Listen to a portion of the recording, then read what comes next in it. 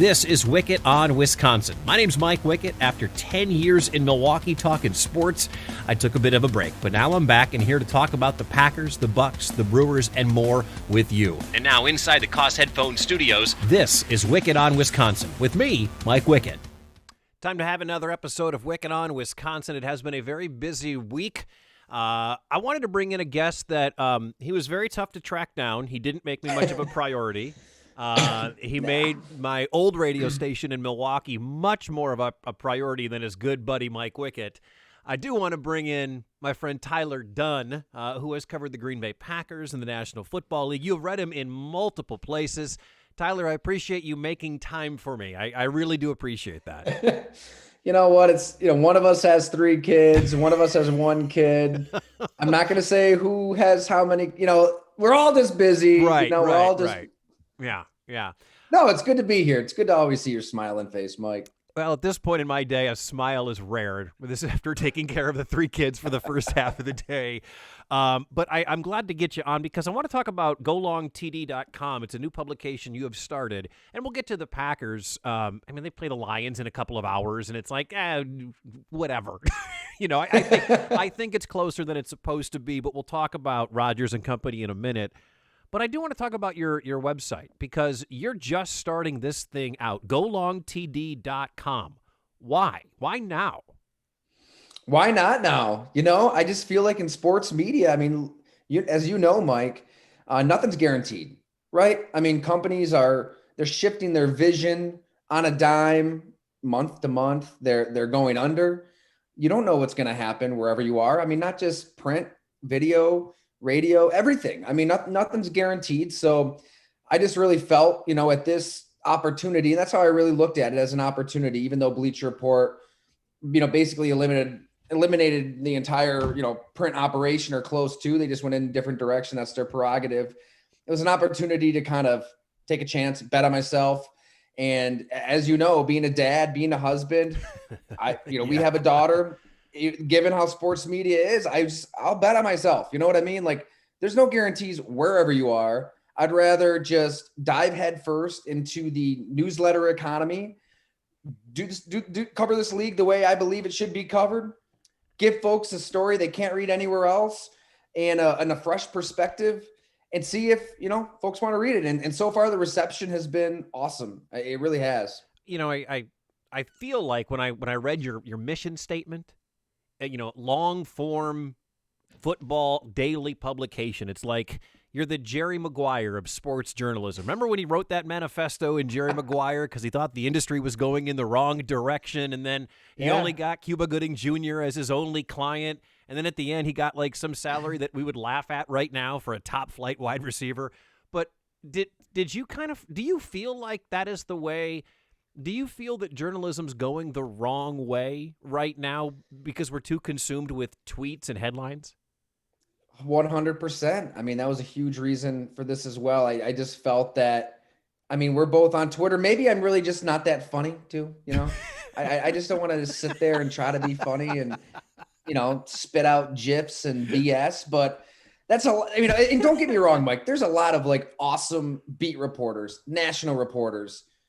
I'm not saying everybody's just going this direction. No, there's people that are doing awesome stuff, and we could spend a half hour talking about them. But I think by and large, you see pro football coverage going that direction, and just 140 characters at a time. There isn't a lot of enterprising reporting going on, and trying to chase and pursue a story that you can't get anywhere else. That's original. That goes beyond a Zoom call. And I get it. A lot of it's baked in. Like these teams are pushing centralized messaging.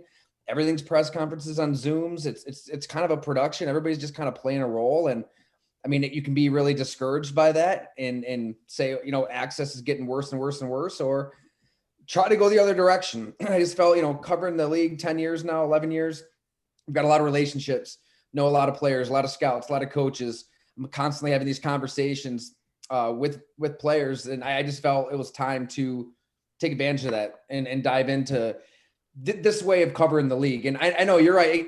It might just sound kind of antiquated, but I feel like it's something that don't really see a lot of anymore. Honestly, you No, don't. you don't. I mean, you joke about not wanting to throw a GIF up, but so many people will see like, some writer at SI or ESPN throw a GIF up and they're like, "Oh, that's a great writer." And I'm like, but that's not really it. Right. I guess my next question is, and I see all the, at ESPN, for example, they're making all these cuts on producers and mid-level talent, yet the guys that scream the loudest are the ones that are still there, and they're the ones that are getting paid the most, like Stephen A. Smith, for example, Max Kellerman, those guys, Colin Cowherd at Fox. Is there? And my question is what do you think I want? What do you think I, the consumer, want? Like, I don't need guys yelling at me. You know me. You know my style. I'm never one to scream and yell. I mean, I have on occasion, like, when Mike McCarthy wanted to throw the ball 50 times in a rainstorm, like, I lost my freaking mind the next morning on that Thanksgiving night game against Chicago. But do you think the consumer at this point, is it swinging back to the point where they want something more than 100 words or 150 characters?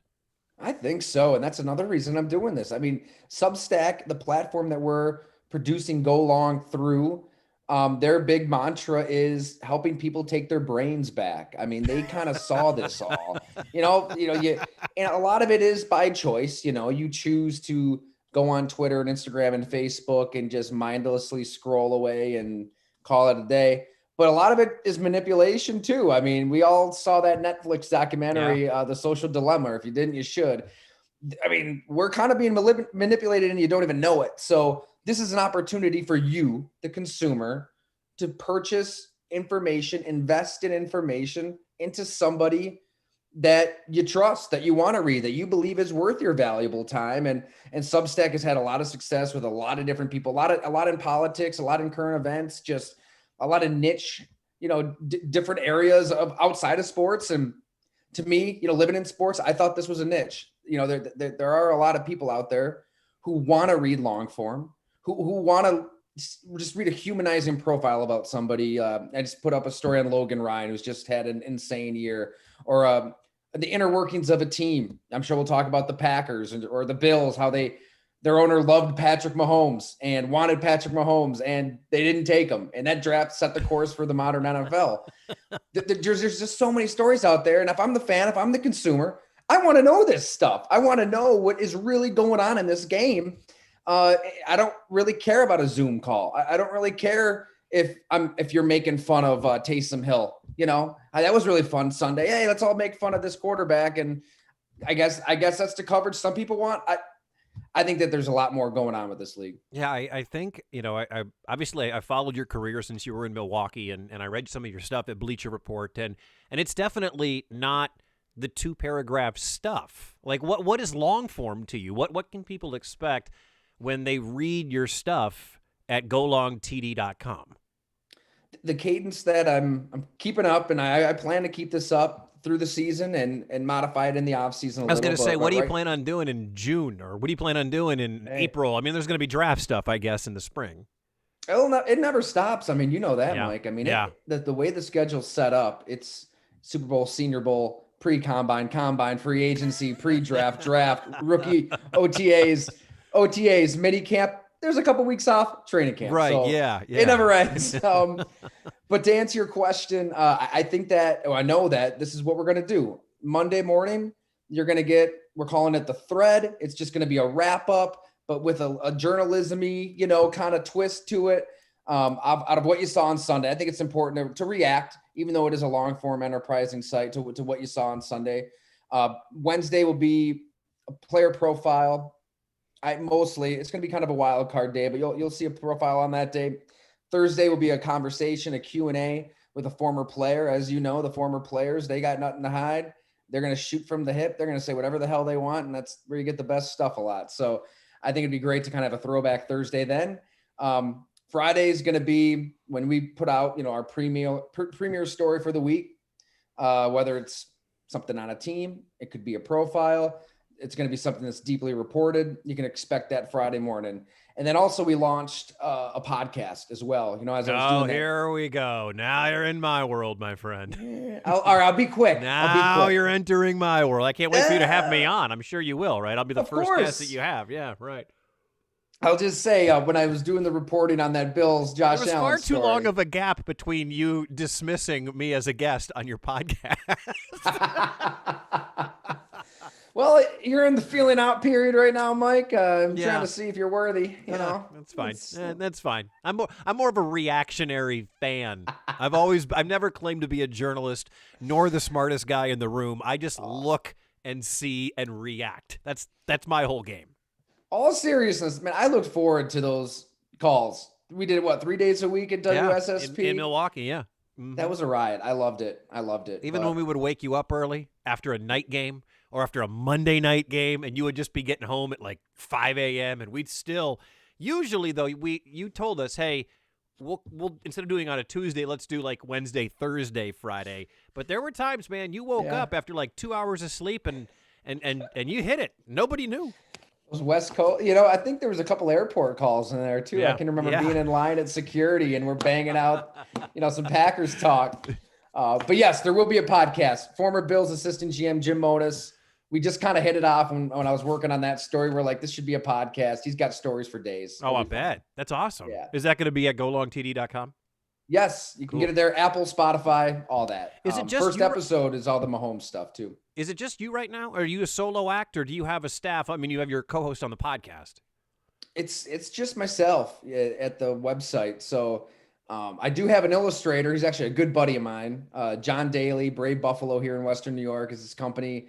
And the graphics, the illustrations, the drawings that he does are just unparalleled. He's unbelievable. So I thrown a few bones his way for those for sure. And there's also an editor. I do have an editor. I went to school with him at Syracuse. He is a copy editor for a website. I can't say his name because we don't want to upset whoever's boss is. Oh, okay. But you got to have an editor. You have to have somebody to reel you back in, is what That's you're saying. true. That's true. I texted one of my old editors after the Josh Allen. It was a two-parter. It was like 12,000 words. And I texted him like, geez, we split and all hell breaks loose. Like what happened? 12,000 words. There are people that didn't write their college thesis into 12,000 words, but you did for a Josh Allen story. It's worth it. I promise. If you're listeners, it's worth it. I'm biased, of course, but it was wild. And the site is partially free, but not totally free, because for those that don't know, Tyler just had a baby a couple of months ago, and his wife is doing all the work, and he's sitting in this office talking to me and writing all day, so they need diaper money. So make sure you subscribe. Yes, I should just start putting up pictures of Ella, right? Yeah. And just with a link to subscribe. I mean, that would be really, really, really not good. But yes, it can subscribe at $7 a month, $70 a year. Next week is the last week I'm going to make things like open and free. I just wanted everybody to get a sense for what I'll be doing, these first few weeks. So enjoy it next week, and then sign up on the free email list, and then you can subscribe anytime. I think I don't know where I was, but I think I hit the subscribe button when you posted it on Facebook or Twitter. Within like 7 minutes of you posting it, I already started getting all the emails. I got to look it up. Did you subscribe? I did. You getting those free? I did. I just got the email when I was eating a chicken sandwich 20 minutes ago. How dare I doubt you, man? That's great. So it was funny because I wanted to get you on last week, and I know you were on with my buddy Bart Winkler. We'll talk about that conversation in a bit on 1250 The Fan. But what I think you did strategically was you blew me off or slow played me to go on with Bart, and then when you were done on the radio station in Milwaukee, then you dropped the story on Jordan Love and A.J. Dillon and the Packers strategically so I could have you on to be the first one to discuss it. Like, I believe that was all in your game plan, right? If that's what you want to tell yourself, yes, that helps you I do. Sleep at night, I do. Go for it, Mike. Go for it. I did. Listen, I know that the draft still, no matter what happens with the Packers the rest of the way, and I see all the people on social media about T. Higgins, about Chase Claypool, about this receiver, about that wide receiver. I came out of that draft thinking everybody hates it, so I'm sure it's a winner. Yes, so I think Gutekunst yeah. knew what he was doing because everybody else hated it. And you brought up something interesting that, I feel like I think you are right. Generally speaking, if you're drafting, you're doing one or the other. You're getting somebody right now, or you're getting somebody for 2 years down the road. But in your mind, the Packers are in a place, it seems like, just reading your story, that you can do both. They can do both. And that's what they did back in April. I really think so. And it really is rare. You don't see a team draft a quarterback in the first round and sit that quarterback for a full season, two full Doesn't seasons. happen anymore. It just doesn't. It doesn't. I think in our heads, we think it does because every time, a Justin Herbert or somebody's drafted early, you hear the coach and the GM immediately defend the quarterback that we all thought would be the starter up to April 26th or whatever it is, right? Like they're just going to defend that guy. And then lo and behold, one reason or another, it's week 3, it's week 4, and your rookie's playing. Like right. Aaron Rodgers he started his 49th game. I believe Phillip Rivers was the second longest wait at 33, and he's sitting behind Drew Brees. After that, it's everybody's basically by their 10th game. I mean, 33 of the 44, this is since 2001, 33 of the 44, they played by game number 10. They've started by game number 10. So why not? Like the worst time to look for a quarterback is when you don't have one. Like look at New England right now. They're not. Granted, they'll take all the losing after all the winning. Who cares? But yeah, they're in a spot Super right now. Super Bowls, Tyler. I think they're okay. They're okay. Yeah, they're sleeping at night just fine. But teams like that where you're okay, like Brady's gone, and you kind of went. You plugged along here with Cam Newton for a year. What do you get? It's Matt Stafford next year, Mitch Trubisky next year. Sam Darnold. Is that a guy that gets you excited? Maybe. But they're not going to be able to draft somebody high. So if you have conviction in somebody, it's all about if Jordan Love is good, right? We don't know that yet. And that's what I tried to answer in that story as well. Mm-hmm. Just from the people who know him best. But if he is good, it's worth it 100 out of 100 times because nothing else you do as a GM, as a head coach, remotely comes close to getting quarterback right. And they've got conviction on Jordan Love. Is there anybody under more pressure than Jordan Love, considering the organization they're going to at the quarterback spot? The expectation for Tua is don't suck. The expectation for Burrow, with this broken knee, unfortunately, is, the bar is pretty, like your standard is Andy Dalton. Like there's just not a lot of expectation there with Cincinnati. Meanwhile, in Green Bay, if he's anything but a Super Bowl quarterback, it's like, what a bust. I agree that there's more pressure on him whenever he does see the field than any of these other guys. It's like, when do those lines cross? Like, when does Aaron Rodgers, start to fade? Obviously, he's playing at a near MVP level right now. Not quite Patrick Mahomes. I know we'll get to that. We'll get to your horrific text you sent me. Don't worry. But whenever he does, it's inevitable. It's going to happen at some point. Or maybe it's an injury. Maybe it's something else. Whatever it is. Like, it's going to start doing this. And then when does Jordan Love ascend? When do they see that behind the scenes? Because Aaron Rodgers, his rookie year was terrible at training camp. Everybody kind of forgets that. He was not very good. Bob McGinn's wrote some great columns on that, kind of looking back at his notes from that first camp. He improved over 1 year, 2 year, 3 years. So I don't know when those lines cross. I mean, obviously, Aaron Rodgers is the starting quarterback in the next season. If he's playing like he is now, he'll be the starting quarterback, you would think, into year 3. I mean, he could give them no choice but for them to just keep Jordan Love on the bench, which is a good worst case scenario, right? Like, if that's your worst case scenario, I think you take it. But I don't think they're banking on it. I think they are expecting a fade at some point, and that's why they drafted him. Could this be a Jimmy Garoppolo situation where, okay, it's not Brady wasn't fading, let's move Garoppolo and see what we can get? Do you think that might happen in 2 years if Rodgers is still playing at this MVP level? It could happen, but I think that the Packers know Aaron Rodgers' game is different than Tom Brady's game. It's a little more outside the pocket. He's a little more susceptible to some hits. Aaron Rodgers has been at his best when he's improvising, he's freelancing, and it's not necessarily in the rhythm of the offense, although he's done more of that this year with Matt LaFleur's offense. So, LaFleur is extending his career by nature with the scheme. But I think with Tom Brady, it's always been within the confines of the offense, death by 1,000 paper cuts, the right throw again and again and again and again, not necessarily the most thrilling play, like Aaron Rodgers has leaned on. So the Packers kind of know, I think he's leaning on that type of play. You're going to be open to more hits, more collisions.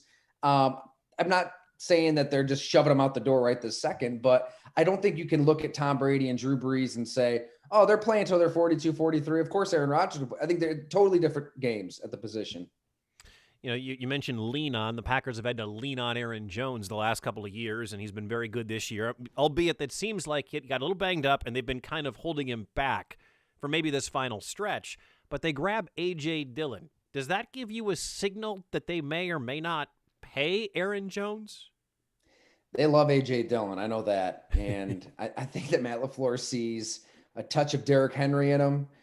With thighs that A.J. Dillon told me could feed a family of 5. I mean, they're massive.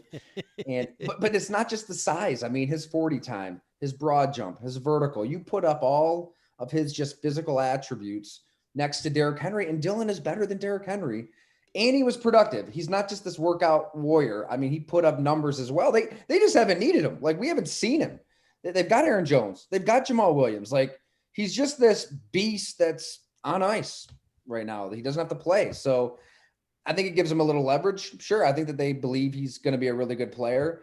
Aaron Jones is also really, really talented, and he just has changed this offense. I mean, he's a great receiver as well. He's helped Aaron Rodgers out in the play action game, all of that. I would be shocked if this front office, born from the Ted Thompson front office that didn't like to pay running backs, think back to way back. I mean, they didn't pay like Amon Green. Remember, he went to Houston. That was early on, Ted. Same thing with kind of Ryan Grant.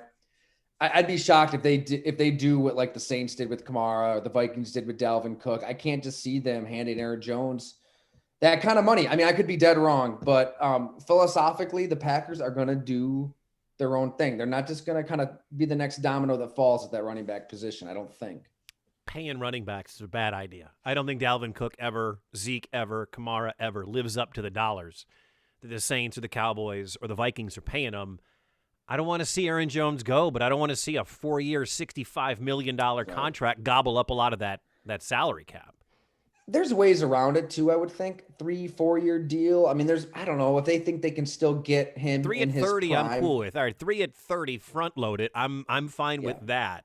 But and he loves it in Green Bay, right? I mean, Aaron Jones would probably love to stay. So now, there could be a way. But you're right. I can't see that Kamara type of mega deal. Would you rather take 3 at 30 in Green Bay or 4 at 72 in Los Angeles? Like he might like Green Bay.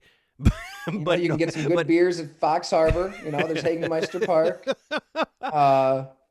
There's some good breweries, and the taxes are way better in Wisconsin. So, Well, I'm just saying he could go run the ball for the Dolphins, or whatever, and not pay any taxes, get 4 at 72 somewhere else, and say, well, I loved Green Bay, but money talks. And I'd probably go to Miami. Yeah, that would be a good call. They could use him too.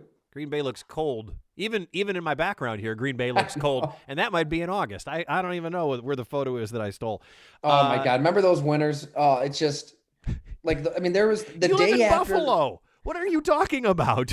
It's different, Mike. I'm telling you, the weather. Buffalo, you have more blizzards and lake effect storms. Like it's whiteout conditions, which are brutal to drive in. But the cold in Wisconsin, I'll never forget. Real quick, like the day after. The Packers played the 49ers at Lambeau in the wild card game. I think it was like 2013. I think that Florida State had the national championship game. And remember Justin Felder and TV in Green Bay. We went to a bar. We were the only people out in downtown Green Bay because it was so cold. Nobody went out. But we wanted to watch this game. It was like negative 38 below, no wind chill. It was insane. We had to run our cars. Like when we left, we were cold in the bar. We just got to get the hell home. I mean, this is like dangerous. We had to run our cars for like 45 minutes before we could actually drive in them. You can't describe the bitter cold of Wisconsin. You just can't. I have been to many a bar in Wisconsin in January, and yeah, you're cold in the bar. Like the doors are shut, the heat is on, there's 200 people in the bar, you're watching the Packers or what, and it's cold. Like you have your jacket on and your hat on, and everybody's doing the same thing. Right. And you got to drink to stay warm. So it's right. That's why. Yeah. That's Wisconsin's motto. Yeah. That's the reason for it. Who's better than Green Bay right now? Ooh, NFC, whole Sure. NFL. Sure. NFC, I think you got to look at the Saints. Are they I better know the even though Packers. Green Bay went there and won? I know they thumped them. I think the Saints are a totally different team than they were then. They always just kind of get better throughout the course of a season, and there's something to just getting to the playoffs, suffering the heartbreak that they've suffered. I mean, every way, a defensive pass interference penalty that never happened, the Minneapolis Miracle, losing to Kirk Cousins at home. I mean, these are just knife through the sternum type losses that I think has built a toughness there that, we spent so much time talking about Tampa Bay's super team all off season when the Saints, they probably got better just for everything they've been through. I think that New Orleans is, if Drew Brees can just do enough, that defense and the weapons they got around him, they're probably the best. But if I have a paper cut, I don't go to work. Drew Brees has 11 broken ribs. Like, what is he thinking coming back and playing right now? And if he doesn't, is Taysom Hill good enough to get that team to a Super Bowl? I love the pointing out the rib injury because 11, not one, 11 broken ribs. I mean, Taysom Hill had more completions than Drew Brees had broken ribs.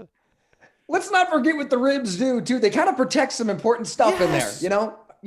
The fact that you're, alive, your heart beating or not beating. It covers your lungs. He punctured a lung by breaking 11 ribs.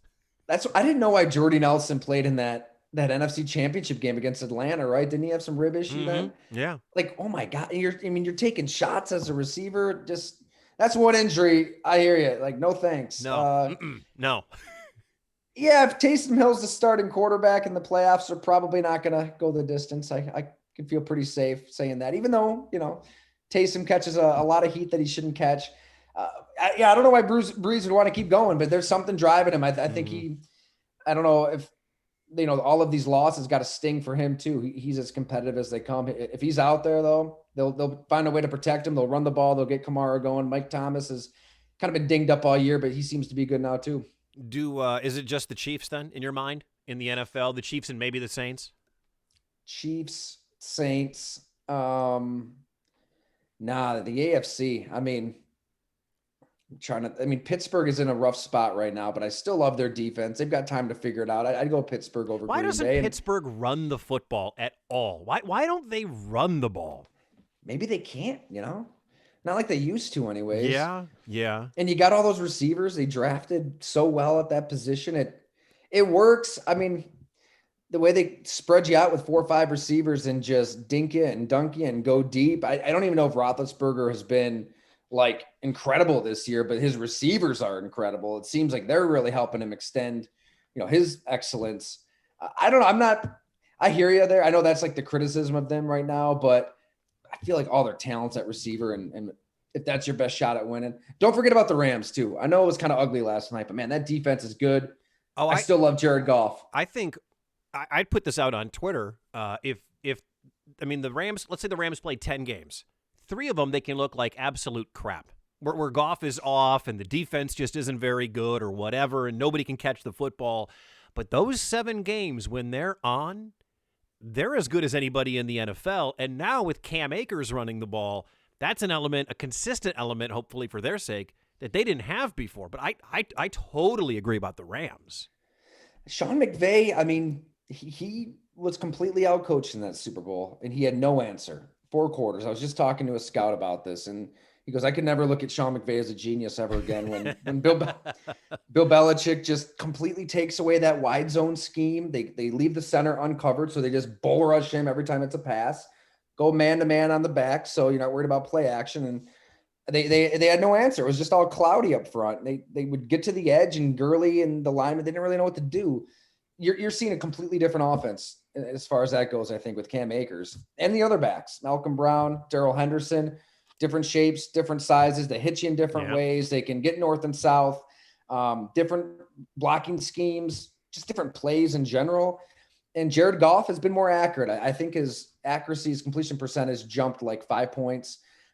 He does have that game every once in a while. Where he's 6 of 21 for 111 yards and 3 picks. And you're like, what is that? I know. But if they get the ground game working, I think that his accuracy, his footwork, he was throwing on the run pretty good last night too. They don't have to score 38 points anymore with that defense. I mean, if they score 24, that's probably enough. They've got the best D lineman, probably the best defensive player, and the best cornerback in Jalen Ramsey.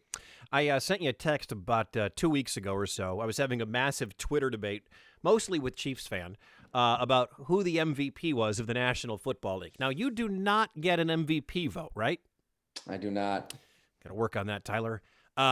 If you were to cast your vote, I asked you, and you actually, I didn't even ask you. I said, do you get an MVP vote? And you said, I do not, but it's Mahomes going away, I believe is what you said. Knowing that I knew what you were thinking. I knew you were thinking Rodgers. Like, let's save the text. Let's save the exchange. Is it, in your mind, as someone who's watched a lot of Mahomes and watched a lot of Rodgers, is it in your head not even close between Patrick Mahomes and Aaron Rodgers for MVP? I think it is. But, I mean, sometimes the voters love a narrative, right? You love a good story, and it's a great story. They drafted his replacement. This is the Aaron Rodgers FU tour. He's had a few of those in the past, mind you, as we know. It's a great story. He's playing really, really well. He doesn't look like a 37-year-old quarterback. He's an all-pro. He's Patrick Ewing, Karl Malone, Gary Payton, Scottie Pippen. Pick any basketball player in the 90s not named Michael Jordan. Alonzo Mourning, let's get a Charlotte Hornet in there. I think we're going to look back at this era, and we're going to say, why did anybody other than Pat Mahomes win MVP? He's unbelievable. I mean, if you watch a Chiefs game, the things he does, it's like his own twisted interpretation of the position that we've never seen before. And you just kind of know at the end, he's going to figure it out. I mean, like you saw in the Super Bowl, it was bad for 3.5 quarters, 3 quarters. And he just turned it on when he had to. He just turned it on. Like, I mean, you saw that in Jordan. I mean, he's got that dominance to him. He's got just this quality to constantly, always, no doubt about it, make the play when he has to make it. I don't think it's that close. I think it's Patrick Mahomes. That sound you hear is all of the Packers fans hitting unsubscribe from GoLongTD.com's email newsletter that comes out every single day. Come on now. Come on back, guys. Dude, no, seriously, though, is it really a conversation to, I mean, I think it's a conversation. Listen, I get your argument because there's, for some reason, Shaquille O'Neal probably should have won about 6 MVPs, but never did, even though he was the most dominant player. And I kind of understand what you're saying there. But this year, the debate is who's doing what. I mean, I know we're running short on time. I'm already over it. I know you're a busy guy not taking care of your baby. So I don't want to take up any more time of that. But I know it's MVP, and in my mind, it's either most valuable or most outstanding. And I think if you took Rodgers or Mahomes off either team, neither team's winning more than 2 games in an NFL season with Boyle, and I think Chad Henne is the backup in Kansas City.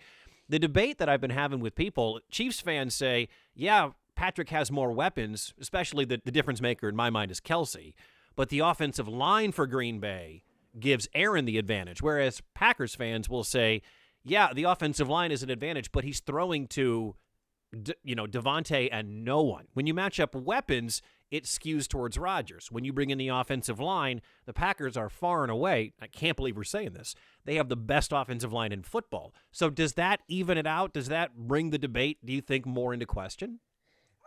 Yeah, I think it's harder to win if you don't have that line. I mean, you're right.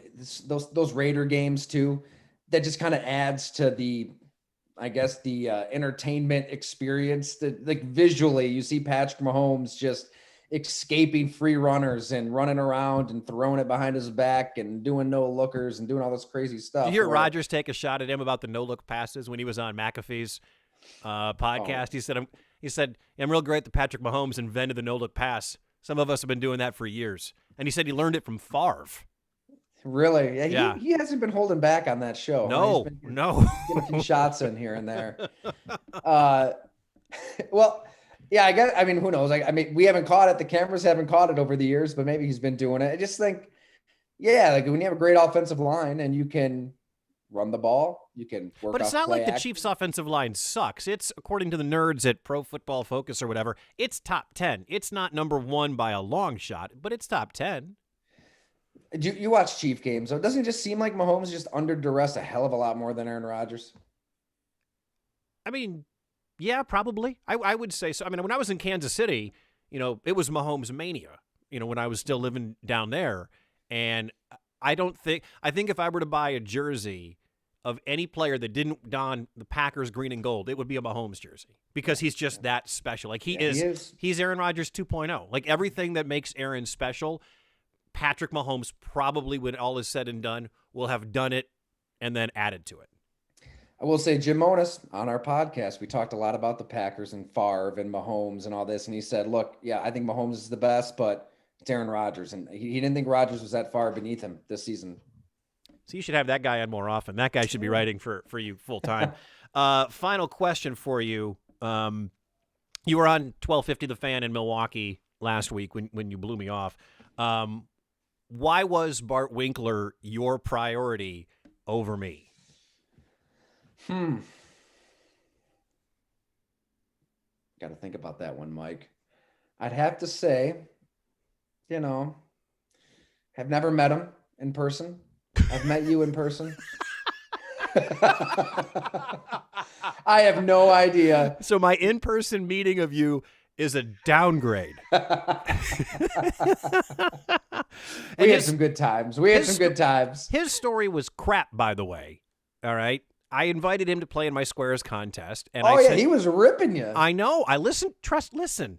When I get called out, I listen. I go find it, I invited him to a Squares contest for the entire NFL playoffs, entertainment purposes only. Actually, I live in Iowa, so it's legal to gamble here, so whatever. But is that the feds behind you? Are they taking no. It's probably dirty laundry. You just can't see it with the background.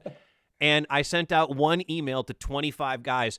3 guys hit reply all. That's why Bart got so many emails. I sent one mass text to 25 guys. 2 guys hit reply all. That's what Bart got his panties in a bunch all about. So you're calling fake news then? It is fake news. It's fake news. Legit fake news. Wow, he just told all of Wisconsin that, and it's a hoax. I don't know how you're going to show your face in that state again. And it's all based on a lie. GoLongTD.com, GoLongTD.com. He is on Twitter at Ty Dunne. Tyler, it is good to catch up with you. I do hope that you are enjoying being a father. How's that going? It's the best. By the way? It's the best. We should text more because I just, I got so many questions because it's you. Well, we have ×3. It's what you've got every second of every day. Like, let's pick it up. It's the best though. I'm loving it. Nothing in life even comes close to the joy you get out of it. So is that why you lock yourself in an office for 12 hours a day and make your wife raise the baby? Hey, when you're starting a company, sacrifices must be made. Hey man, well, good luck with it. I'll be reading it. I know I get the emails for it, and hopefully we can talk again soon when we get into the rest of this NFL season, in the postseason, in the off season, whatever. I know you're always down to talk football. I asked you for 20 minutes. You almost gave me 40, so I definitely appreciate that very, very much, man. Good luck to you with the website, and thank you for coming on. Thank you, Mike. It's been a pleasure. Anytime, any day, any hour. Unless Bart Winkler calls first. Right, I get it. So that's the obvious caveat. It was a good time, man. Great to see you. We'll see you later. Take care. Tyler Dunne, he is joining me. Thanks for listening to Wickett on Wisconsin. If you have any feedback or you want to reach out to the show, you can find me on Facebook, Mike Wickett Podcasts, or you can email MikeWickettPodcasts@gmail.com. And you can find me on Instagram and Twitter at Mike Wickett. Thanks to Silverman Sound Studios for providing the music for today's show. And you can find us anywhere you find your podcasts, including Apple, Spotify, and Google Podcasts. Until next week, thanks for listening to Wickett on Wisconsin.